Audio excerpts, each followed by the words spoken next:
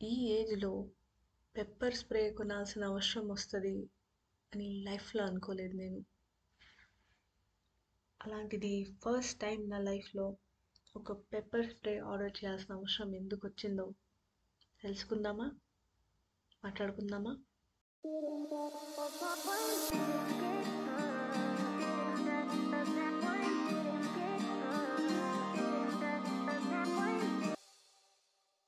ఇవాళ రేపు అందరికీ ఒక చిన్న హెల్త్ కాన్షియస్‌నెస్ ఉంటూనే ఉంటుంది.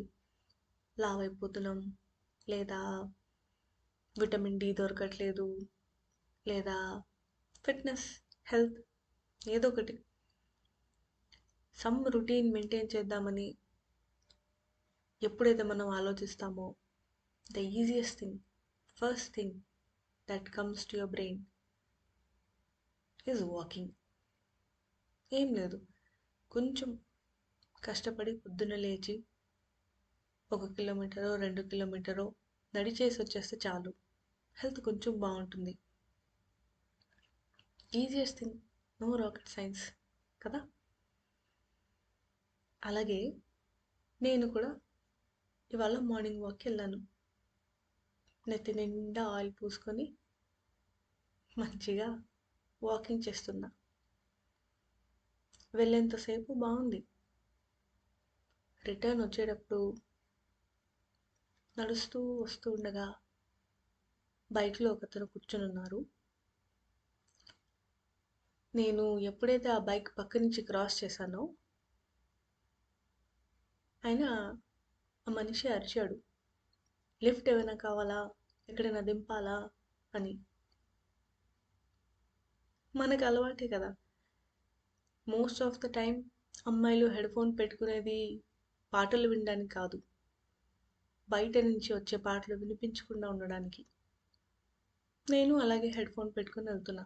అందులో ఏం పాటలు పెట్టుకోలే, ఈ పాటలు ఆపుతాయి అనుకొని హెడ్సెట్ పెట్టుకుని వెళ్తున్నా. అయినా పాటలు ఆగవు, అలాగే ఆయన మాటలు కూడా ఆగలేదు. వినిపించింది నాకు, కానీ ఇగ్నోర్ చేసుకుంటూ అసలు వినపడలేదు అనుకుంటూ వచ్చేసా. కొంచెం బాధపడ్డా, ఏంటి ఇంత సొసైటీ మారిపోయిన తర్వాత కూడా అబ్బాయిలు ఇంకా మారరా అన్నట్టు. 2 మినిట్స్ బాధపడ్డా, తర్వాత నార్మల్గా వెళ్ళిపోయా ముందుకి. కొంతసేపు పోయాక మళ్ళీ అదే బైక్ వచ్చింది. ఈసారి మళ్ళీ హిందీలో అరుస్తున్నాడు, ఎక్కడికైనా వెళ్ళాలా, డ్రాప్ చేయాలా, లిఫ్ట్ కావాలా అన్నట్టు. అది కూడా నేను ఇగ్నోర్ చేసేసి వచ్చేసా. బట్ నేను అబ్జర్వ్ చేశా, దాదాపు 3 కిలోమీటర్స్ దాకా వాడు గేర్డ్ వెహికల్ని, టూ వీలర్ మెల్లిగా నడుపుకుంటూ వచ్చి ఎక్కడైతే జనాలు లేరో అక్కడ దగ్గరలో ఆపి అడుగుతున్నాడు, లిఫ్ట్ కావాలా, డ్రాప్ చేయాలా, హలో మేడం అన్నట్టు. చివరికి నేను సిగ్నల్ దాకా వచ్చేసా. సిగ్నల్ నుంచి టర్న్ తీసుకుంటే మా గల్లీ వస్తుంది. అక్కడికి వచ్చాక ఐ ఫెల్ట్ కాన్ఫిడెంట్, ఓకే ఈ లోపలికి రాడలే అని. బట్ షాకింగ్లీ మా వీధికి ఇంకో 2 వీధులు ఉన్నాయి, వాడు అక్కడి దాకా వచ్చాడు. ఇంతకు ముందు వరకు విరక్తి పుడుతూ ఉండే, ఇప్పుడు సడన్గా భయం పుట్టింది, ఏంటి ఇంటి దాకా వస్తాడా నిజంగా అని. ఆయన బైక్ అట్లా దగ్గరికి వచ్చేసరికి నేను రోడ్ క్రాస్ చేసి వేరే వీధికి వెళ్ళిపోయా.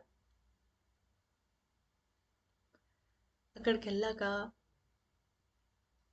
గల్లీ ఒకటి తీసుకున్నా. అక్కడ వెహికల్స్ పెద్దగా రాలేవు, నడిచే వెళ్ళాలి అలాంటి గల్లీ. సో అక్కడి నుంచి అలా ఆయన్ని డాజ్ చేసి స్కిప్ చేసి ఎలాగో ఒకలాగా ఎస్కేప్ అవుదామని చెప్పి వెళ్ళాను. కానీ నా లక్ ఏమిటో, నెక్స్ట్ గల్లీలో వీడు మళ్ళీ వచ్చాడు.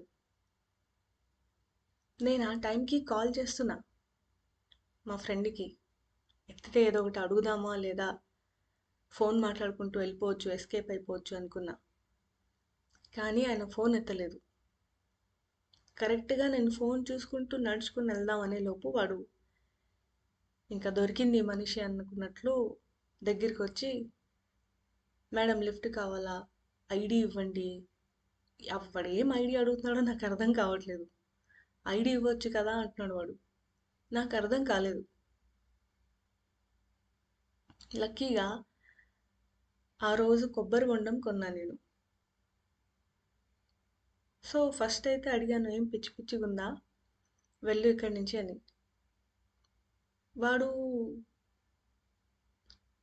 చెప్పలేనంత వింతగా ఐడి ఇవ్వవా అని అడుగుతున్నాడు. సో నేనన్నా, పిచ్చి పిచ్చిగుందా, కొడతాను దీంతో అని చెప్పి. అయినా వాడు పోలే. స్లోగా ఇవ్వు ఇవ్వు అనుకుంటూ వెళ్తున్నాడు. నేను వెనక్కి తిరిగేసరికి వీపు మీద తగిలేటట్టు గట్టిగా కొబ్బరికాయ కొడితే అప్పుడు వాడు పారిపోయి వెళ్ళాడు. నెక్స్ట్ వీధిలో నా ఇల్లుంది. నా యాక్చువల్ అడ్రస్కి ఇంత దగ్గరలో ఇన్సిడెంట్ జరిగింది రోడ్లో. ఇది కూడా పొద్దున్న ఏం 6-7కి కాదు, 9:30, 9:50 ఆ టైంలో.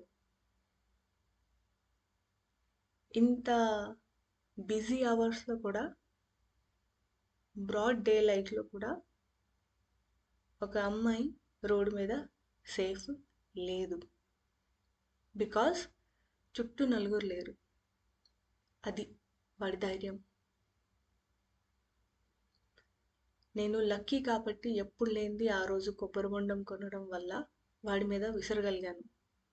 కాన్ఫిడెన్స్ ఉంది, చేతిలో ఒకటి ఉంది, తగులుతుందని. నా దగ్గర ఆ కొబ్బరి బొండం లేకుంటే, మీ ఏజ్ ఏమున్నా, మీ కలర్ ఏమున్నా, మీరు ఎలా కనిపించినా అనవసరం అండి. మీరు రోడ్డు మీద వెళ్తున్నారు, మీరు ఒక అమ్మాయి, ఒకరే ఉన్నారు, మీతో పాటు తోడు ఎవరు లేరనుకోండి, ఇది జరిగే అవకాశం ఏ ఏజ్ అమ్మాయికైనా ఉంది. అది పరిస్థితి. సో నేను చేసిన మిస్టేక్స్ ఏంటంటే ఇక్కడ, నంబర్ 1, నాకు తెలుసు వాడు ఫాలో చేస్తున్నాడు. ఫస్ట్ టైం సర్లే అయిపోయింది అనుకున్నాం, కానీ రెండోసారి వస్తున్నాడంటే కొంచెం అలర్ట్ అవ్వాల్సింది. మూడోసారి కూడా ఇంత పెద్ద మెయిన్ రోడ్లో వాడు కలుస్తున్నాడంటే, ఇంకా వచ్చి అడుగుతున్నాడంటే, డెఫినెట్గా he's trying to follow you. ఇంటి దాకా ఫాలో అయ్యే ఇంటెన్షన్తోనే వాడు వస్తున్నాడు. ఇది కన్ఫర్మ్. ఇది నాకు అప్పటికే తెలియాల్సింది. తెలిస్తే నా గల్లీ వైపు వెళ్ళకుండా పబ్లిక్ ప్లేస్లో ఆగిపోవాలి. వాడు ఎంతసేపు వెయిట్ చేస్తాడు? ఎక్కువసేపు చేయలేడు కదా, వెళ్ళిపోవాల్సిందే. ఇలాంటప్పుడే జనాలున్న చోటు ఆగిపోవాలి మనం. కొంచెం లేట్ అయినా పర్లేదు, ఎవరితోనో కాల్ మాట్లాడుకుంటూ, లేదా పబ్లిక్ ప్లేస్లో, మెడికల్ షాప్ లాంటి ప్లేస్, దగ్గరలో పోలీస్ స్టేషన్ ఉంటే చాలా మంచిది. లేదు అనుకుంటే hospital, medical shop, grocery store, ఇట్లాంటి ఏవైనా పబ్లిక్ ఉన్న చోట ఆగిపోవడం బెటర్ అండి. ఎవరైనా ఉంటే దగ్గరలో పిలవండి, ఎవరూ లేకుంటే ఫోన్ మాట్లాడుకోండి, లేదా పాటలు వినండి, కానీ ఆ ప్లేస్ వదలొద్దు. కొంతసేపు వరకు ఉండిపోండి. ఆ అబ్బాయో ఫాలోవరో ఎవరో వెళ్ళేంత వరకు అక్కడ ఉండిపోవడం కొంచెం సేఫ్ అని నా ఫీలింగ్. అది మిస్టేక్ నెంబర్ 1. మిస్టేక్ నెంబర్ 2, నేను మా గల్లీ వైపు తిరిగిన తర్వాత కూడా ఆ అబ్బాయి వచ్చాడు. అప్పటికి ఆ చిన్న పాతవే ఒకటి తీసుకొని వెళ్ళిపోయాడు ఇంకా అనుకోవడం కూడా తప్పే. వాడు ఇంత దూరం 3 కిలోమీటర్స్ నుంచి వాడు ఫాలో చేస్తున్నాడు. ఆబ్వియస్లీ వెతికి పట్టుకుంటాడు. సో ఇంతలో నేను ఒక్క వీధి పాస్ చేసేసి వాడు వెళ్ళిపోతాడు అనుకోవడం చాలా తప్పు, చాలా స్టూపిడిటీ. అలా చెయ్యొద్దు. ఎప్పటికీ మీ ఇంటి నుంచి ఎంత దూరంలో వాడి పీడ వదిలితే అంత మంచిది, మనకే సేఫ్.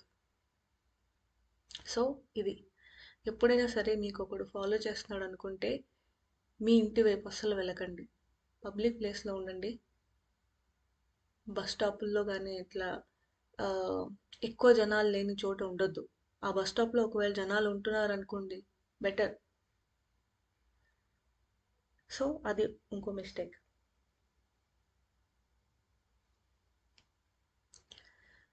సరే, మిస్టేక్స్ అయిపోయింది, ఏం చేసుకోవచ్చు? నేను లక్కీ, నా చేతిలో బొండాలు ఉన్నాయి. ప్రతిరోజు బొండాలు ఉండవు. సో ఏం చేయాలి? Pepper spray. అందుకే ఇవాళ మీ డేస్లో కూడా లైఫ్లో first time pepper spray order చేసుకుందాం. ఇప్పుడు వరకు మనతో కాలేదంటే ఎప్పుడు అవ్వదు అని అనుకోలేము ఇంకా. అట్లీస్ట్ నా థాట్ అయితే బ్రేక్ అయిపోయింది ఇవాళ. ఎప్పుడైనా అవ్వచ్చు. సో బెస్ట్ థింగ్ ఏంటంటే మనం ప్రిపేర్ అయి ఉండొచ్చు.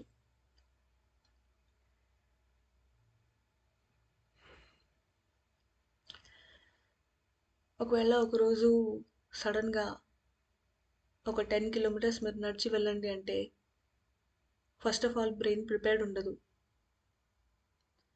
పోనీ నడుద్దాం అనుకున్నా కాళ్ళు నడుము భయంకరంగా నొప్పి లేస్తుంది నడిచిన తర్వాత. తర్వాత ఎందుకు, నడిచే మధ్యలోనే బాడీ గివప్ చేసేసుకుంటుంది. కష్టం చాలా. అలాంటిది ఒక పర్టికులర్ రోజు లెట్స్ సే మ్యారథాన్ ఉంది. సో మీరు ఒక 3-4 మంత్స్ నుంచి ప్రిపేర్ అవుతున్నారు అనుకోండి. ఫైనల్లీ ఏ రోజైతే 10 కిలోమీటర్ నడవాలో ఆ రోజు మీకు నొప్పి రాదు. ఎందుకు? సింపుల్, మీరు ప్రిపేర్ అయి ఉన్నారు కాబట్టి. మరి అంత పర్ఫెక్ట్ ఎగ్జాంపుల్ అయితే కాదు, బట్ ఎస్, మనం ఒకటి ఫేస్ చేయాలి అనుకుంటే ప్రిపేర్ అయి ఉండడమే బెటర్. దీని తర్వాత నేను కాల్ చేసి అడిగితే ఇంకొన్ని పాయింట్స్ నాకు చెప్పారు మా ఫ్రెండ్స్. నంబర్ 1, ఆ టైంలో చాలా ప్యానిక్లో ఉంటాం మనం. భయం వేస్తుంది, ఒకళ్ళే ఉన్నాము, ఒకళ్ళు ఫాలో చేస్తున్నాడు, చుట్టూ ఎవరు లేరు, ఉన్న వాళ్ళు పట్టించుకోరు, మెల్లిగా స్కూటీలో వెళ్ళిపోతుంటారు. They will not care, they don't know what's happening. అసలు ఏం జరుగుతుందో తెలియదు, ఎవరు ఆపి చూడరు కదా. సో ఒకరే ఉన్నాము, ఏదైనా జరగచ్చు అన్న భయం ఉన్నప్పుడు వాడి బైక్ నంబర్ చూడాలన్న కాన్షియస్నెస్ ఉండదు. బట్ ఈ పాడ్కాస్ట్ అయినా విన్న తర్వాత ఎప్పుడైనా మీతో అలా జరిగితే దయచేసి ట్రై చేయండి. వెహికల్ నంబర్ నోట్ చేయడానికి, లేదా రికార్డ్ చేయండి వాడి ఫేస్, వాడి వెహికల్ నంబర్. ఛాన్సెస్ ఉన్నాయి వాడు మీ మొబైల్ లాక్కొని వెళ్ళిపోవడానికి ట్రై చేయొచ్చు. సో కొంచెం డిస్టెన్స్ మెయింటైన్ చేస్తూ వాడికి తెలియకుండా రికార్డ్ చేయండి. ఒకవేళ మొబైల్ వరకు చేయి వెళ్ళట్లేదు, భయం వేస్తుంది, చేతిలో పెప్పర్ స్ప్రే లేదు, ఏమీ లేదు అన్నప్పుడు బేసిక్ అండి, ప్రతి సెల్ఫ్ డిఫెన్స్లో నేర్పించిందే ఇది. అరవండి, గట్టిగా అరవండి. మీకెంత భయం వేస్తుందో అంతకంటే డబల్ భయంకరంగా అరవండి. ఎందుకంటే అది జనాలకి అటెన్షన్ తీసుకొచ్చే పని. వాడు ఖచ్చితంగా భయపడి పారిపోతాడు. వాడు ఏం చేయకపోయినా పర్లేదు, మీరు అరవండి. It will definitely save you. Extremes ఆలోచించకండి, కోపం వస్తుంది. ఒకవేళ నేను కనుక వెహికల్ నంబర్ నోట్ చేసుంటే పోలీస్ స్టేషన్కి వెళ్ళి కంప్లైంట్ ఇస్తా, ఇలాంటి థాట్స్ వస్తాయి, తప్పు కాదు. కానీ అవతల వాళ్ళు ఎలాంటి వాళ్ళో మనకు తెలీదు. మనం వెళ్ళి పోలీస్ కంప్లైంట్ ఇవ్వడం చాలా ఈజీ, బట్ ఆ తర్వాత ఏదో ఒక రోజు హీ విల్ బీ ఫ్రీ. కక్ష పెట్టుకొని వస్తే మనమే ఇబ్బంది పడతాం. సో ఎక్స్ట్రీమ్ స్టెప్స్ తీసుకోకండి. మీతో ఎక్స్ట్రీమ్ పని అవ్వలేదంటే ఎక్స్ట్రీమ్ స్టెప్స్ తీసుకోకండి. బట్ మనల్ని మనం ఎలా కాపాడుకోవాలో అది మన చేతిలోనే ఉంది.